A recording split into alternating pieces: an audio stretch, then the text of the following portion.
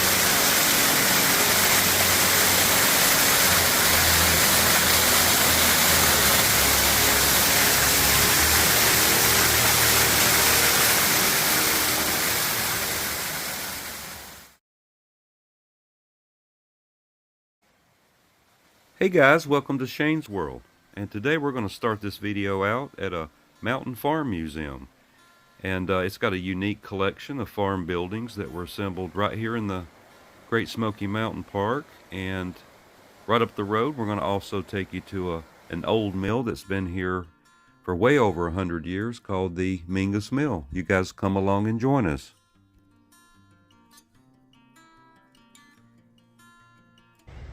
Says here that John Davis spent 2 years building this house near Deep Creek, North Carolina. It was completed about 1900. The log walls were matched. Davis split chestnut logs in half along their length and placed the halves in matching positions on opposite walls.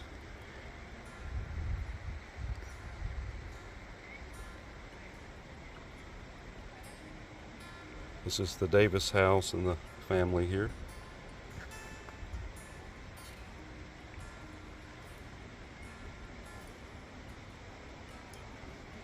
This log cabin was actually moved from Bryson City, North Carolina, to the Oconaluftee Farm Village in the 1950s.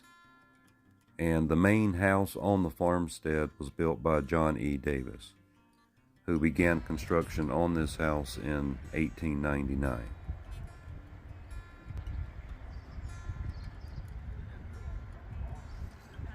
Davis had already been a farmer in the Indian Creek area for around 10 years, and they say that it took Davis almost 2 years to build the house for his family. And the Davis family had 7 children, and 3 of them were actually born in this log cabin here.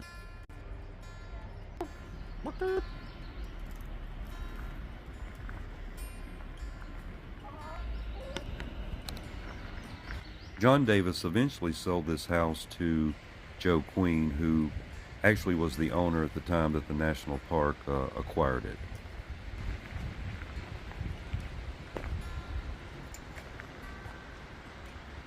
All these structures that you do see were acquired from various areas throughout the Smoky Mountain Park.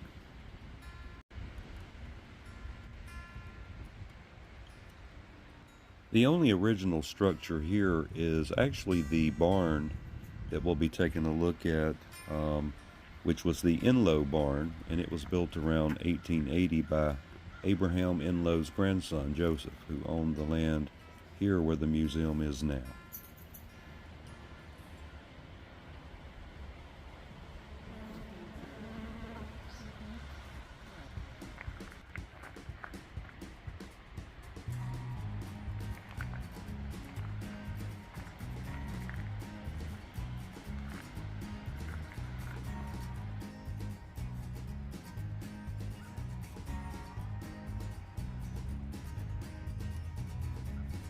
And this is the Enlow Barn, and it was actually moved in this direction 200 yards. And again, it's one of the only original structures here at the Mountain Farm Museum. Of course, they would have kept their cattle here, horses, things of that sort.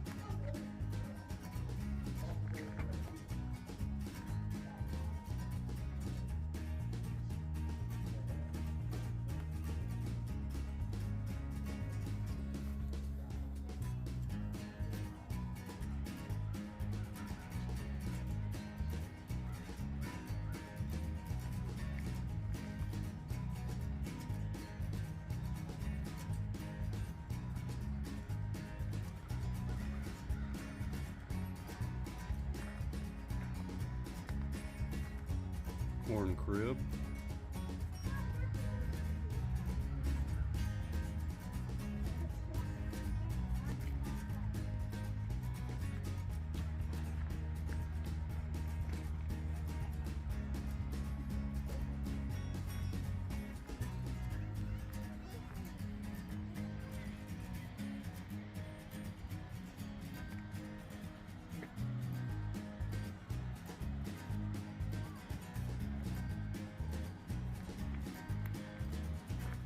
Some of the buildings here include a house, the log cabin, the barn, the apple house.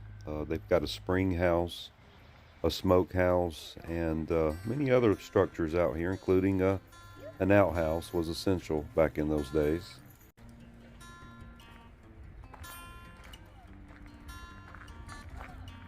We've got the chicken coop here, keep the chickens.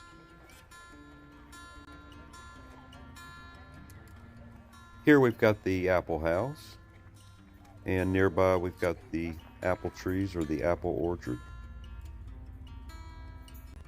Of course, the garden would have been very important here, and they would have grown things like corn, tomatoes, and lots of other vegetables.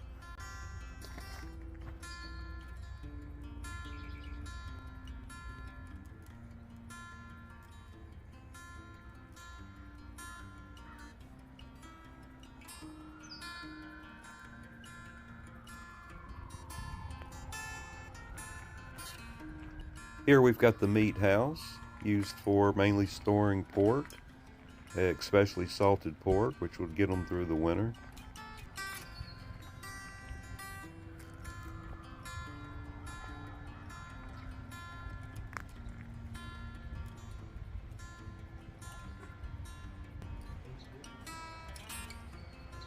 And a porch was a lot more than just a place to socialize. It was a place to stay cool during the summer months, because it got mighty warm in that cabin there, especially cooking.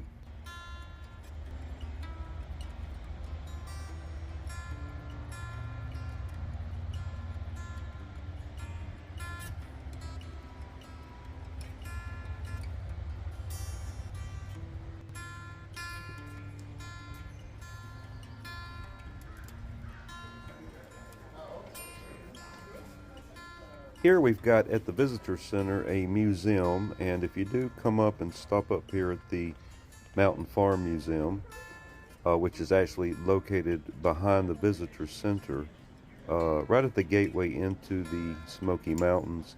But come on up and take a look at this museum. They've got a lot of representations of how life was back in those days, and you can see here there are some quilts here and garments that the women would have worn and would have sewn by hand. And over here we've got some farm tools that were used on the farm and other things.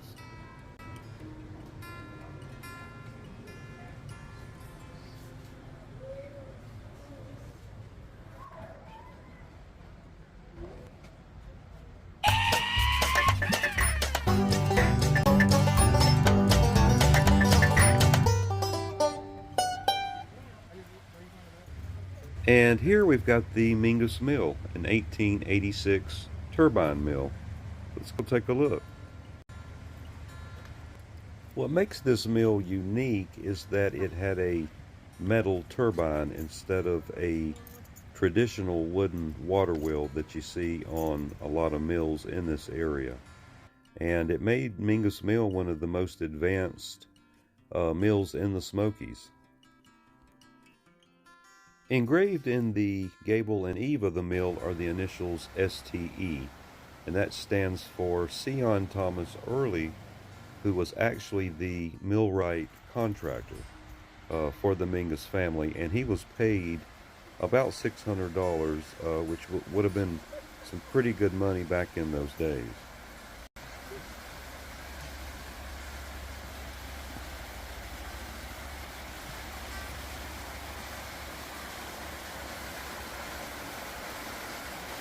This is the Mingus Creek, and the Mingus Creek is very important in keeping this mill in operation.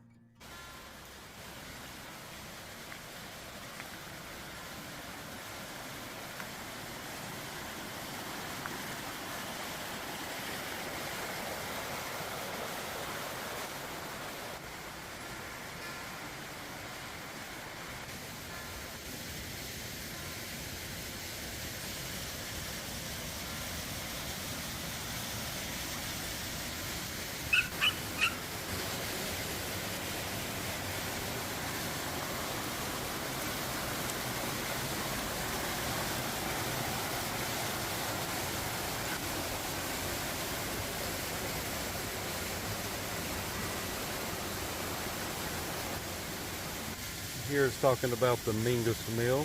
Says you didn't make it without corn. Everyone ate cornmeal, sometimes 2-3 times a day.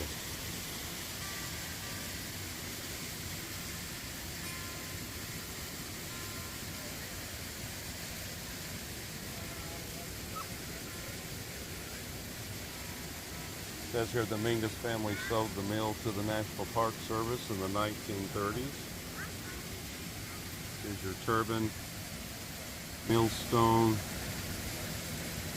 John Jones was the miller back in 1935. Here's a smut machine, which is a wheat cleaner. And then the bolting chest here at the Mingus Mill.